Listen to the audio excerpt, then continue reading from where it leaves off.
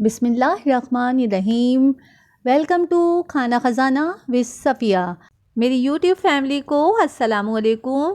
उम्मीद है कि आप सब खैरियत से होंगे। आज मैं आपके साथ मज़ेदार दही बड़े की रेसिपी शेयर करूंगी, जिसे बनाना बहुत ही आसान है, जो जायके में बहुत ही मज़ेदार होते हैं। आजकल कराची में बहुत गर्मी है, गर्मियों में कुछ खाने का दिल नहीं चाहता, लेकिन आप ये दही बड़े बनाकर खाएंगे तो सबका दिल खाने को चाहेगा।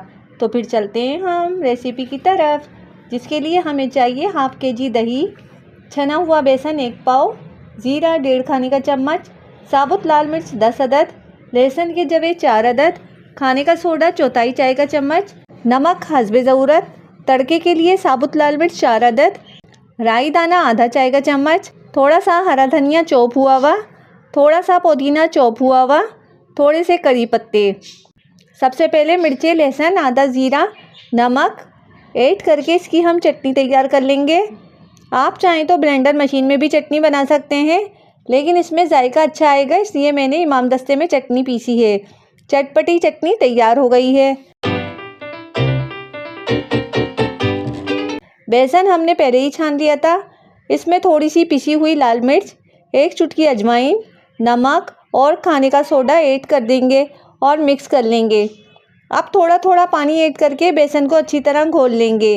अगर आपको मेरी वीडियोस पसंद आ रही हैं तो मेरे चैनल को सब्सक्राइब करें, मेरी वीडियोस को लाइक करें, अपने फैमिली और फ्रेंड के साथ शेयर करें और कमेंट्स करना ना भूलिएगा।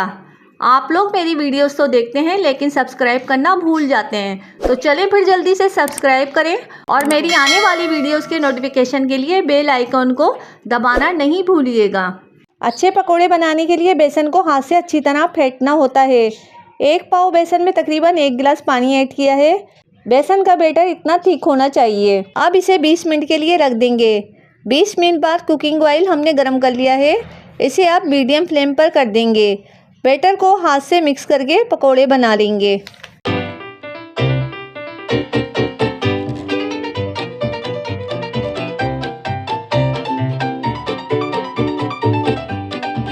अब ये एक साइड से गोल्डन हो गए हैं, इन्हें दूसरी साइड से पलटकर गोल्डन कर लेंगे और इन्हें निकाल लेंगे। कितने फूले फूले पकोड़े तैयार हो रहे हैं। सारे पकोड़े इसी तरह तैयार कर लेंगे।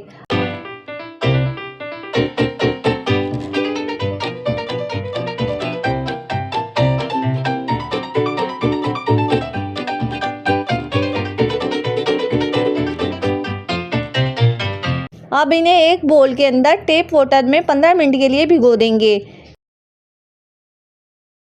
इतने पकोड़े भीग रहे हैं, हम दही को ब्लेंड कर लेते हैं। दही को जग में डाल देंगे, साथ ही नमक और 2 खाने के चम्मच चीनी, 1 खाने का चम्मच चटनी, आधा गिलास पानी ऐड कर दिया है। इसे ब्लेंड कर देंगे। दही को बोल में निकाल लेंगे।